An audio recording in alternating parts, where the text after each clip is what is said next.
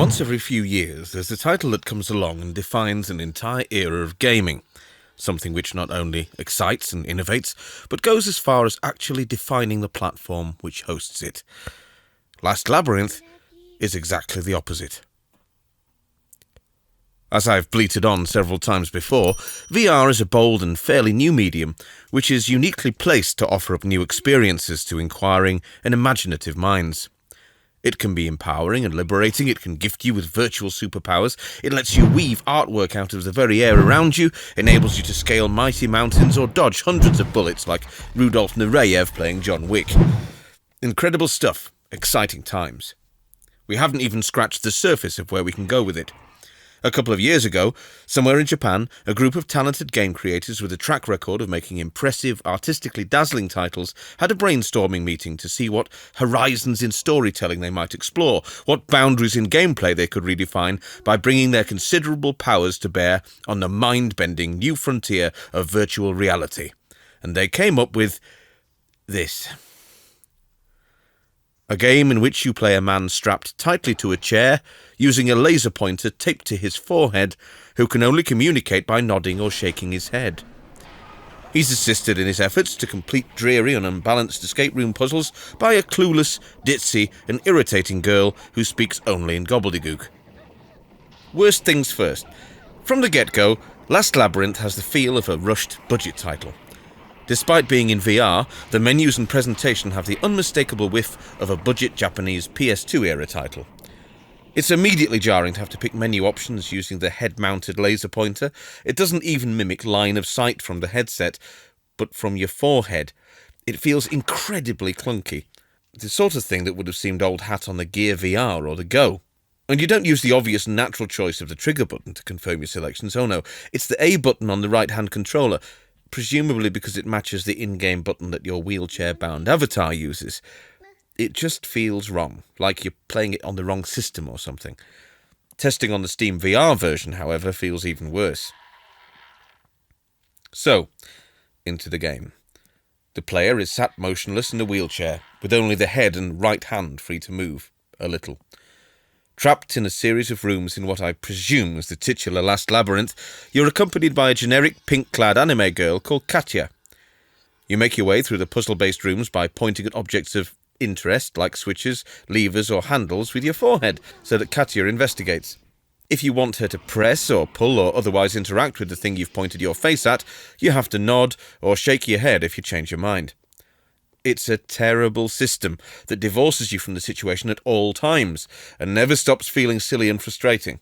This is compounded by the fact that Katya's animations and interactions with the world are so painfully slow and clunky as she laboriously stop-starts and turns on the spot, with rudimentary pathfinding around obstacles that look so unnatural that it's redolent of watching character models from the very first Resident Evil. Everything just feels so 2003, and not in any kind of good way. Katya speaks a nonsense made-up language, which is no doubt meant to be endearing and mysterious and redolent of Ico, one of the many games that features in the title's impressive provenance, but which it completely fails to channel. As it is, it's one more layer of frustration and annoyance to add to the pile, as you're subjected to infuriating repeated sentences of gibberish.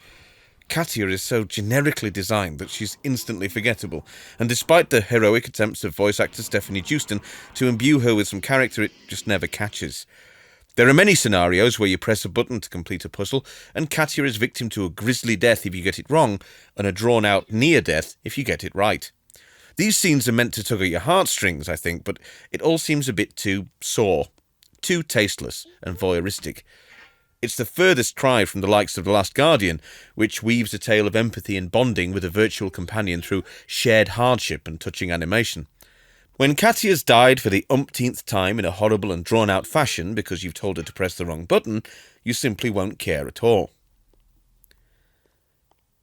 The player is deprived of agency at every turn. There's no movement, ever. Even when you solve a room, Katya moves towards the player to push the wheelchair, and then it fades to black, fading up in the next static position in the next room. I think it's a terrible misuse of VR, the physical equivalent of being manhandled while wearing a blindfold. If they wanted to sell you on the narrative of being wheelchair-bound, then being pushed around just a little would only add to that, maybe even help you bond to Katia a bit more. As it is, there's never any context. You're just watching someone else do all the interactions and have all the fun. For example, during one of the interludes between sections, Katia dances around you on a cliff top, grabs at a stray ribbon, and falls off the cliff. She dies, you're forced to watch. Like the rest of the game, but without a single button press to be had. The game treats you like both a paraplegic and an idiot, and then has the audacity to throw insanely involved and unbalanced puzzles at you, seemingly at random. In the early game, you tell Katia to press a button, and it randomly drops a pot on her head, which she laughs off, and the door opens to the next room.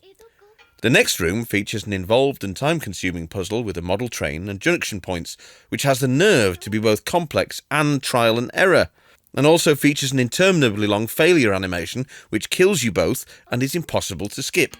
There's no balance, no natural sense of progression or gradually increasing difficulty, and at all times there is this constant and despicable feeling of restriction and frustration.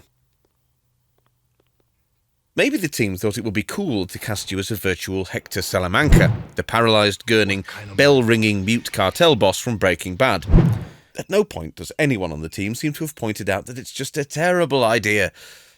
And at least Hector got to gurn and ding at people.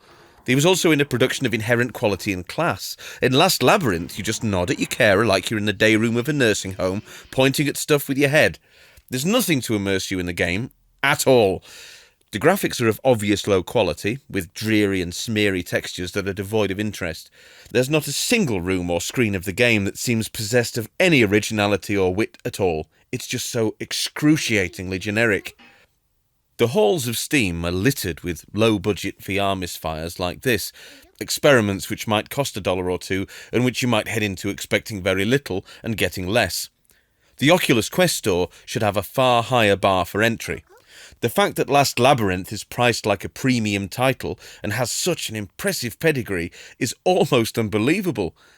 There's a complete lack of polish across the board, to say the least, from execrable graphics to charmless animation routines. It's a shoddy and graceless game, which has all the cachet of any number of Unity asset flips you'll find for cheap or for free. The sound is compressed and at times unpleasant. There's a static interference noise in one cutscene that is so nasty that it's like the team's forgotten that you're trapped in VR with it. The music is sparse and entirely forgettable. I was genuinely surprised to discover that it had been composed for the game, rather than just ripped from a music library. You'll notice that I haven't gone into detail about the flow of the game, the plot, or its longevity. The sad fact is that I've described the gameplay as far as I can, without verging on spoiler territory for those who might be foolhardy enough to want to play through it. The game's creators reckon you'll get 10 hours out of it. I haven't managed to stomach more than 5, but I haven't seen everything the game has to offer, as there are multiple paths through it. None of them, from what I've seen, are worth playing at all. I don't enjoy hating on this game. I describe myself as a fan of the creator's previous work. This, however, stands out as being one of the very worst experiences on the Quest, and a tragic misuse of VR in general. It contains so many design mistakes and no-nos that its best use will be as a cautionary tale to other developers working in the medium, a litany of choices to avoid making if you want to produce a decent game. Inept, ugly, and painful to play, Last Labyrinth is a graceless and unedifying trudge through dated and misguided gameplay conceits. If you've ever wondered what a budget VR game would have been like on the PlayStation 2, here's your answer. It's unfathomably and unforgivably expensive too.